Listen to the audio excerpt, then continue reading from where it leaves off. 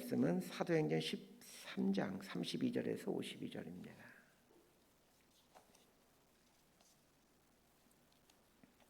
사도행전 13장 32절에서 52절까지 말씀 번갈아가며 읽습니다. 제가 먼저 읽습니다.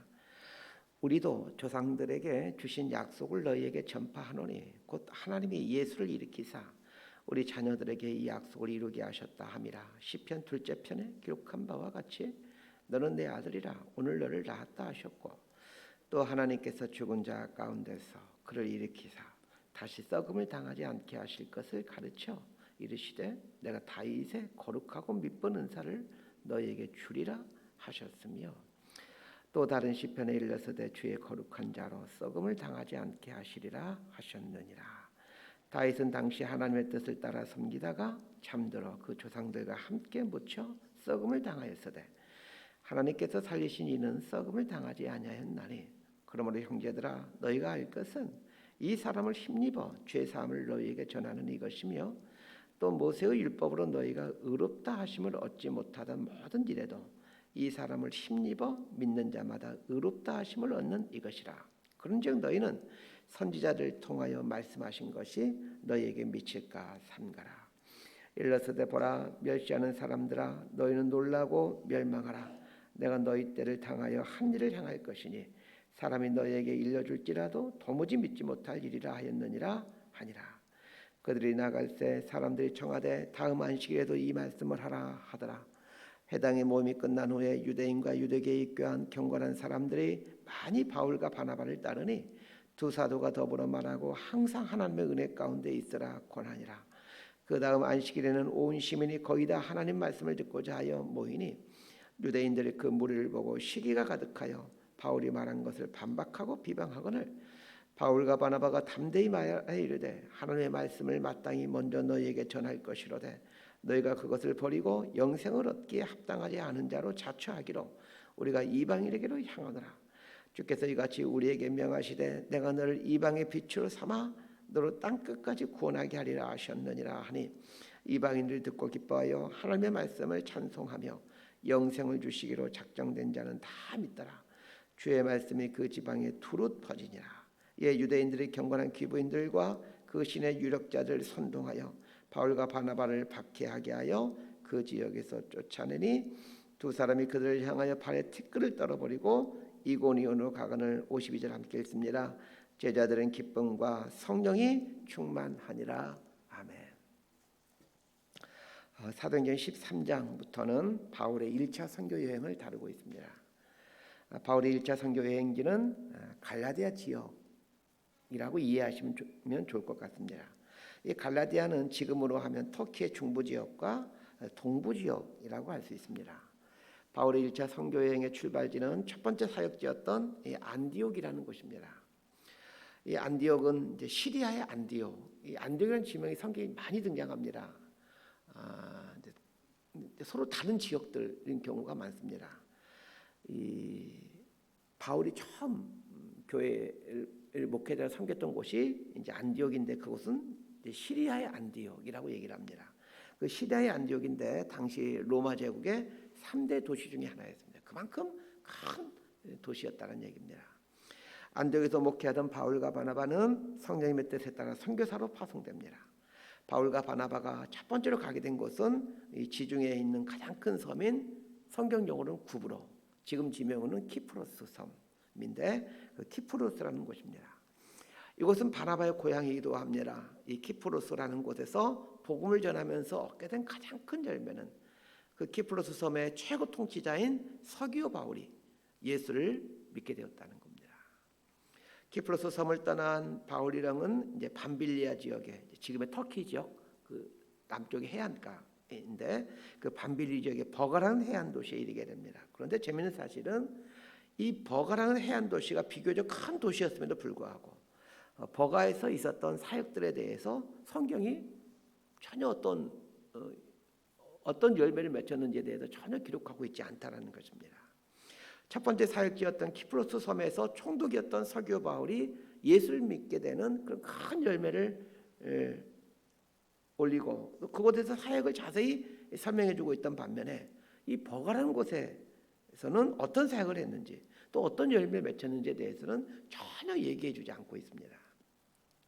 설상가상으로 이 버가라는 곳에서 바울의 일행이었던 마가 요한이 선교행을 중단하고 예루살렘으로 돌아가 버리는 것입니다.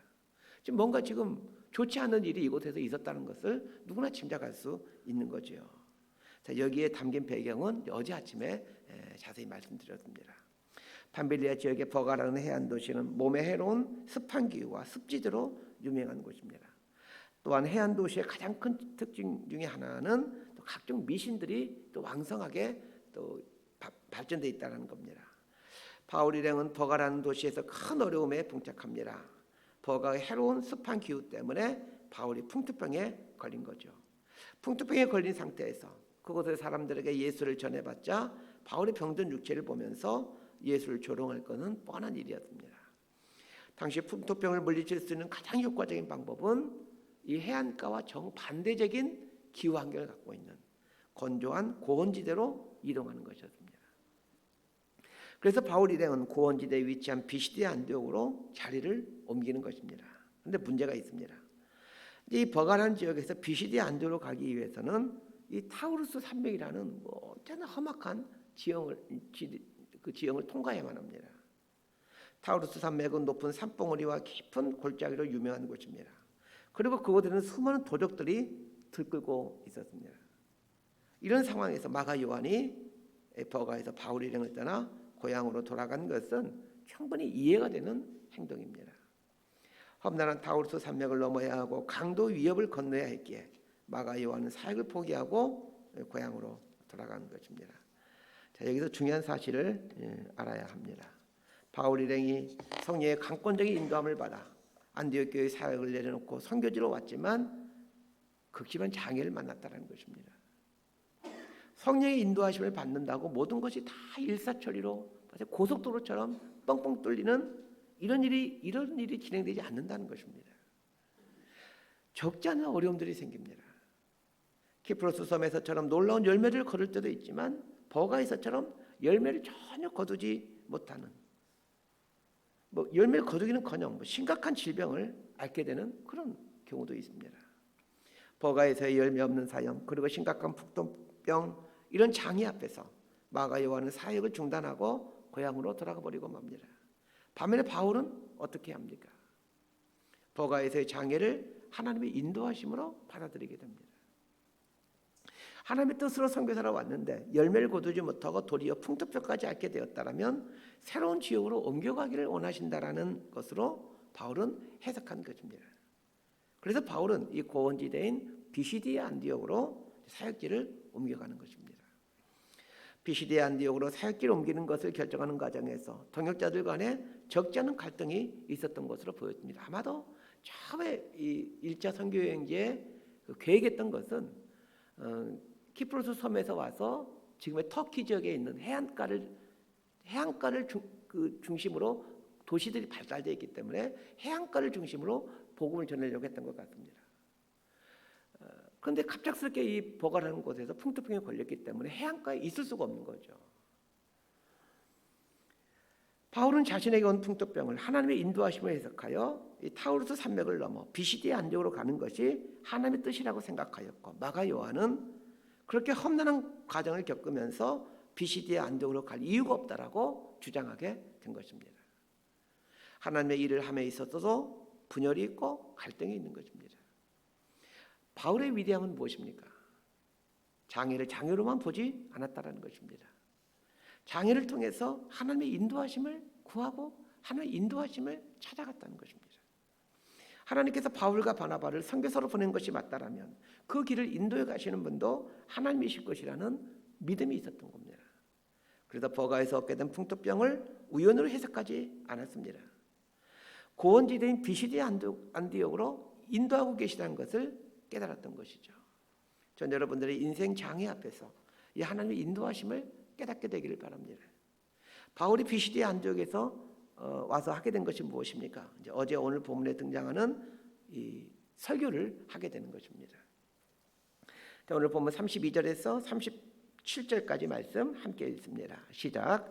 우리도 조상들에게 주신 약속을 너희에게 전파하노니 곧 하나님이 예수를 일으키사 우리 자녀들에게 이 약속을 이루게 하셨다 함이라.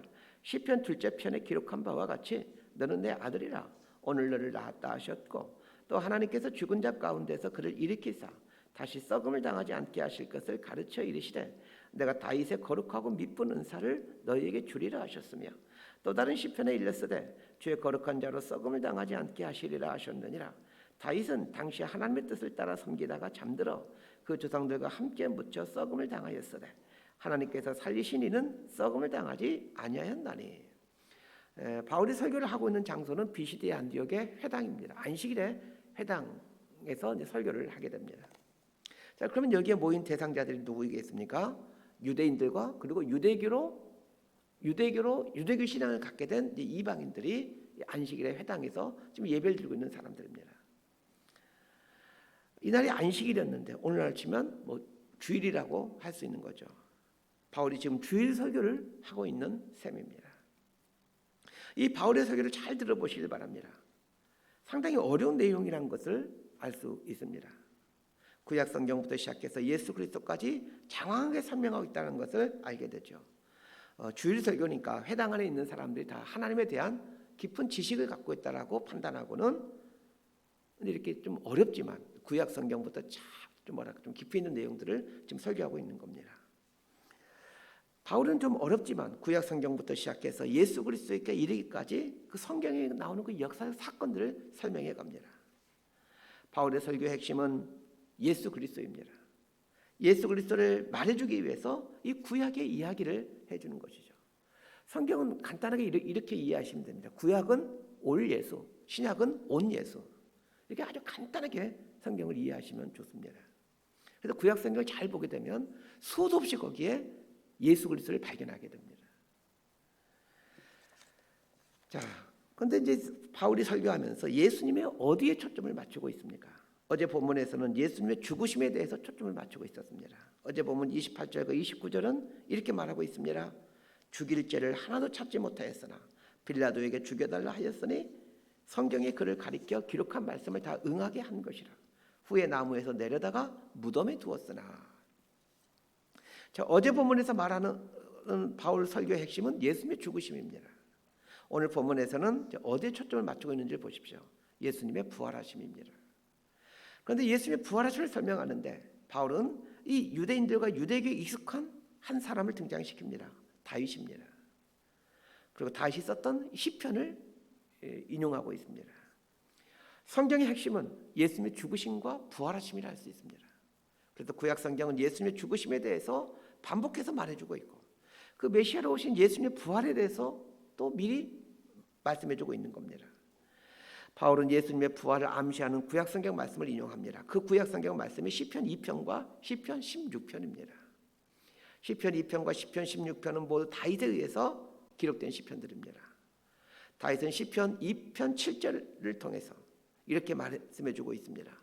내가 여호와의 명령을 전하노라. 여호와께서 내게 이르시되 너는 내 아들이라 오늘 내가 너를 낳았도다.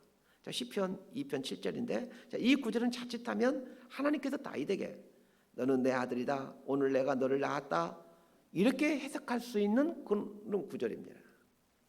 그래서 적지 않은 유대인들은 정말로 다윗이 하나님이 세우신 메시아이다라고 생각하고 있었고, 신약시대 상당수 유대인들은 메시아 사상을 갖고 있었는데 그 메시아는 이 다윗과 같은 정치적이고 군사적인 메시아로 올 것이라고 믿고 있었던 것입니다. 바울이 예수님의 부활을 말씀해 주면서 인용한 시편 말씀은 또 시편 16편 10절 말씀입니다. 그 구절도 읽어드립니다. 이는 주께서 내 영혼을 수월에 버리지 아니하시며 주의 거룩한 자를 멸망시키지 않으실 것임이니이다. 수월이란 지옥, 영원한 죽음 이런 걸 뜻하는 단어입니다. 바울은 시편 16편 10절 말씀을 통해서 예수님이 죽으셨지만 죽음 가운데 거하지 않고 하나님께서 살려내셨다라는 것을 말씀해주고 있습니다. 예수님의 부활은 하나님의 약속이고 하나님의 계획이었다라는 것을 말해주는 거죠. 그러면서 궁극적으로 바울이 말하고자 하는 것이 무엇입니까? 유대인들이 그 위대한 왕으로 생각하는 다윗도 예수 그리스도의 죽음과 부활을 미리 알려주는 통로였다라는 것을 말해주고 있습니다. 다윗과는 비교할 수 없는 분이 예수 그리스도이다라는 것을 지금 말하고 있는 것입니다. 38절과 39절 말씀 함께 있습니다. 시작. 그러므로 형제들아 너희가 알 것은 이 사람을 힘입어 죄사함을 너희에게 전하는 이것이며 또 모세의 율법으로 너희가 의롭다 하심을 얻지 못하던 모든 일에도 이 사람을 힘입어 믿는 자마다 의롭다 하심을 얻는 이것이니라. 여기에 강조되고 있는 단어가 있습니다. 이 사람이라는 단어입니다. 자, 이 사람을 통해서 죄사함을 얻게 되고 이 사람을 통해서 모든 사람이 의롭게 된다는 것입니다. 바울이 정말로 하고 싶은 말은 무엇입니까? 예수님을 통해서 죄사함을 받게 된다는 겁니다. 자, 40절과 41절 말씀 함께 읽도록 합니다. 시작. 그런즉 너희는 선지자를 통하여 말씀하신 것이 너희에게 미칠까 삼가라. 일렀으되 보라 멸시하는 사람들아 너희는 놀라고 멸망하라. 내가 너희 때를 당하여 한 일을 행할 것이니 사람이 너희에게 일러줄지라도 도무지 믿지 못할 일이라 하였느니라 하니라. 이 40절과 41절은 바울 설교의 마지막 부분으로서 결단을 촉구하는 부분입니다. 예수님은 구약에 예언된 메시아요, 예수님을 통해서 모든 인류는 제사를 받을 수 있다. 이렇게 알기만 하면 뭐합니까? 결단해야 됩니다. 결단은 복잡한 게 아닙니다. 바울의 설교를 잘 보십시오. 설명 아주 길죠. 그러나 결단은 간단합니다. 결단은 하면 되는 겁니다. 오늘 우리 시대 우리 그리스도인들이 해야 될 것이 있다면 예수님에 대한 설명이 아니라 예수님을 위한 결단입니다. 성경 공부의 결론도 결단이고 설교의 결론도 결단입니다. 지성적인 깨달음에서 만족하면 안 됩니다. 결단이 있어야 합니다. 예수님의 설교도 잘 보십시오. 나를 따르라. 이런 결단을 항상 요구하고 있지 않습니까? 새벽 예배에 나와서 설교 듣는 목적은 결단하기 위해서입니다. 인터넷으로 설교를 듣는 분들도 마찬가지입니다. 결단하기 위해서 말씀을 듣는 것입니다. 신앙이 성숙하지 않는 것은 듣기만 하고 결단하지 않기 때문입니다. 바울은 지금 결단을 촉구하고 있습니다. 무슨 결단을 촉구하고 있습니까? 예수를 믿지 않으면 저주가 임하고 멸망이 이른다는 것입니다. 결단은 마음으로만 하는 것이 아닙니다. 결단은 행동으로 나타나야 합니다. 나 앞으로 예수 믿을 거야? 여러분, 이런 생각이 우리를 구원시키는 게 아닙니다. 나 내일부터 새벽 예배 나갈 거야? 이런 결단이 우리를 변화시키는 것이 아닙니다. 행동이 우리를 변화시킵니다. 자, 42절과 43절 말씀 함께 읽습니다. 시작. 그들이 나갈새 사람들이 청하되 다음 안식일에도 이 말씀을 하라 하더라. 회당의 모임이 끝난 후에 유대인과 유대계에 입교한 경건한 사람들이 많이 바울과 바나바를 따르니 두 사도가 더불어 말하고 항상 하나님의 은혜 가운데 있으라 고나니라. 바울의 설교를 들은 사람들이 어떻게 결단을 합니까? 두 가지 결단을 하죠. 첫 번째 결단은 계속해서 생명의 말씀을 들려달라라는 결단을 하는 것이고, 두 번째는 실제로 바울과 바나바를 따르는 것입니다. 바울의 설교를 계속 듣겠다라는 것은 계속 믿음 안에서 성장하겠다는 것입니다. 바울의 설교를 듣기 위해서 시간을 내겠다는 것입니다. 은혜 많이 받았습니다. 이 말로 끝나지 않았습니다. 바울로 하여금 계속해서 자신들의 삶에 말씀이 들려질 수 있도록 자신들의 삶을, 자신들의 시간을 내어놓겠다는 것입니다. 바울과 바나바를 따랐다라는 말은 그 옆에 있으면서 예수님을 더 알아가겠다는 것입니다. 이런 결단이 그 위대한 초대교회 성도들로 만들어갔던 것이죠. 초대교회 성도들이 위대했던 것은 그들이 결단을 하는 신앙이었기 때문입니다. 행동으로 결단을 하는 신앙인들이었습니다. 오늘날 현대 그리스도인들은 너무 미그적거립니다. 그리고 머리로만 따릅니다. 따르는 것도 아니고 안 따르는 것도 아닌 이런 애매한 태도를 취하고 있습니다. 전 여러분들이 말씀을 들을 때마다 결단을 하고 행동으로 이 말씀을 행할 수 있게 되기를 바랍니다. 말씀 정리합니다. 비시디 안디옥에서 바울의 선교 사역의 놀라운 열매가 맺혀져 가고 있었습니다. 버가에서 얻게 된 풍토병을 하나님의 인도하심으로 해석하고 타우루스 산맥을 넘어 비시디 안디옥으로 왔기에 이런 일이 가능한 것입니다. 하나님이 인도하신 길에는 장애도 있지만 열매도 있습니다. 비시디 안디옥에 준비시켜 놓은 영혼들이 수도 없이 많이 있었기에 그것으로 인도하기에 하나님은 버가에서 바울에게 풍토병을 주셨던 것입니다. 우리가 인생 장애를 만나는 것도 하나님의 뜻이 있기 때문에 그렇습니다. 하나님의 뜻을 깨달아 하시길 바랍니다. 자, 두 번째 기억해야 될 것은 결단한 신앙을 갖는 것입니다. 아는 신앙에서 행동하는 신앙으로 바뀌어가야 합니다. 바울은 버가에서 풍토병을 만났을 때 분명 하나님의 뜻이 있을 거다. 분명 여기 하나님의 뜻이 있을 거다. 이렇게 알기만 하지 않았습니다. 타우루스 산맥을 넘어가는 행동을 취했습니다. 그래서 비시디 안디옥에서 이 놀라운 열매들이 맺혀지는 것입니다. 우리 삶도 똑같습니다. 다짐하고 결단하는 것에 열매가 있는 것이 아닙니다. 행동하는 것에 열매가 있습니다. 이 44절을 보면 이렇게 기록되어져 있습니다. 그 다음 안식일에는 온 시민이 거의 다 하나님의 말씀을 듣고자 하여 모이니. 비시디 안디옥의 모든 시민이 바울의 말을 듣고자 하여 모여졌다는 것입니다. 어떻게 이런 놀라운 일이 일어날 수 있는 것입니까? 우리의 결단이 이 많은 사람들을 하나님 앞으로 인도할 수 있다는 사실을 기억하시길 바랍니다. 이 바울의 결단이 이 비시디 안디옥에 대한 놀라운 이 사역의 열매들을 맺어가게 되는 것이죠. 오늘 하루도 우리들의 삶으로 하나님 말씀을 이루어가는 이 복된 하루가 될 수 있게 되기를 소망하고 축복합니다. 기도하겠습니다. 하나님 아버지, 우리의 일거수일투족을 인도해 가신 하나님이시기에 우리에게 일어나는 모든 일들이 하나님의 말씀이요 하나님의 음성이라는 사실을 알게 됩니다. 형통을 통해서 말씀해 주시고 때로는 장애를 통해서 말씀해 주시는 하나님이심을 깨닫고 모든 상황에서 하나님의 뜻을 깨달아 삶으로 순종해가는 실천하는 그리스도인이 될 수 있도록 은혜를 내려 주옵소서. 그래야 우리를 통해 하나님의 말씀이 이 땅에 흥왕케 되어지고 하나님 뜻이 온전히 이루어지는 복된 통로로 사용될 수 있도록 은총을 베풀어 주옵소서. 예수님 이름으로 기도드리옵나이다. 아멘.